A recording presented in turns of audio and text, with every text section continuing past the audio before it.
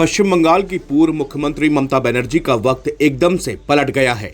पहले चुनाव हारी और फिर अब पार्टी भी टूट गई। ममता दीदी, जिनको अपना सबसे करीबी मानती थी, एक एक करके वो भी टीएमसी से बागी हो रहे हैं। टीएमसी के 20 सांसद पहले से बागी है और अब खबर आ रही कि यह संख्या और भी ज्यादा बढ़ सकती है। ममता दीदी की खास नेता सयानी घोष भी अब टीएमसी छोड़ सकती हैं। चुनावों के दौरान काबा और मदीना कहकर सुर्खियों में आई सयानी घोष का टीएमसी से मोह भंग हो गया है। सूत्रों के मुताबिक जादवपुर लोकसभा सीट से टीएमसी सांसद सयानी घोष भी काकोली घोष दस्तीदार के नेतृत्व वाले बागी गुट में शामिल है। सयानी घोष ने बागी खेमे को अपना समर्थन देते हुए उससे जुड़े दस्तावेजों पर हस्ताक्षर भी कर दिए हैं। बताया जा रहा है सयानी घोष ने हाल ही में काकोली घोष दस्तीदार से संपर्क भी किया था। उन्होंने पार्टी के भीतर चल रहे घटनाक्रम को लेकर अपनी नाराजगी जाहिर की थी। ये सारा घटनाक्रम ऐसे वक्त पर सामने आया है जब पूर्व मुख्यमंत्री ममता बनर्जी के नेतृत्व वाली टीएमसी अपनी सबसे बड़ी आंतरिक बगावत से सामना कर रही है। कई सांसद पार्टी नेतृत्व के कार्यशैली और फैसलों पर सवाल उठा रहे हैं और अलग गुट के साथ भी खड़े नजर आ रहे हैं। अब सवाल ये उठता है, आखिरकार सयानी घोष बागी गुट में शामिल कैसे होने को तैयार हो गई। सूत्रों के मुताबिक सयानी घोष का मानना है कि तृणमूल कांग्रेस में उनके राजनीतिक भविष्य की संभावनाएं सीमित होती जा रही हैं। उनके करीबी लोगों का कहना है कि चुनाव प्रचार के दौरान हुए हमलों के वक्त उन्हें पार्टी नेतृत्व से अपेक्षित समर्थन नहीं मिला।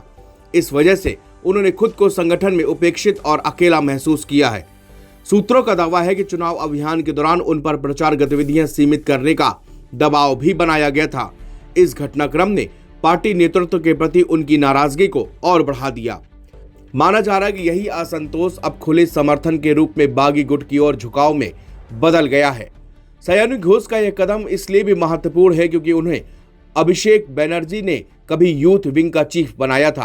पार्टी में उनकी पहचान एक प्रमुख युवा और लोकप्रिय चेहरे के रूप में रही है।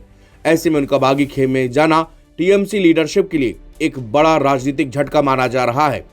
एक तरफ सयानी घोष के बागी गुट में शामिल होने की खबर सामने आई, वहीं शत्रुघ्न सिन्हा और यूसुफ पठान जैसे सांसद इस मुद्दे पर चुप्पी साधे बैठे हुए हैं। इन्होंने अब तक अपना स्टैंड लेकर कोई भी बयान नहीं दिया है। राजनीतिक विश्लेषक और पश्चिम बंगाल की राजनीति पर गहरी समझ रखने वाले कई एक्सपर्ट्स इस बात को मान रहे हैं कि शत्रुघ्न सिन्हा की चुप्पी भी संदेह पैदा कर रही है। उन्होंने कहा कि कभी भाजपा में रहने वाले शत्रुघ्न सिन्हा को भले ही टीएमसी ने अपने पाले में लिया हो, लेकिन अब स्थिति ऐसी है कि शत्रुघ्न सिन्हा भी पार्टी छोड़ सकते हैं। टीएमसी सांसद सुष्मिता देव ने भी आज राज्यसभा से इस्तीफा दे दिया। उन्होंने हिमंता बिस्वा शर्मा से मुलाकात भी की है। उन्होंने बीजेपी में जाने का फैसला भी कर लिया है। ऐसे में ममता बनर्जी को एक के बाद एक बड़े झटके का सामना करना पड़ रहा है। नवभारत टाइम्स की रिपोर्ट।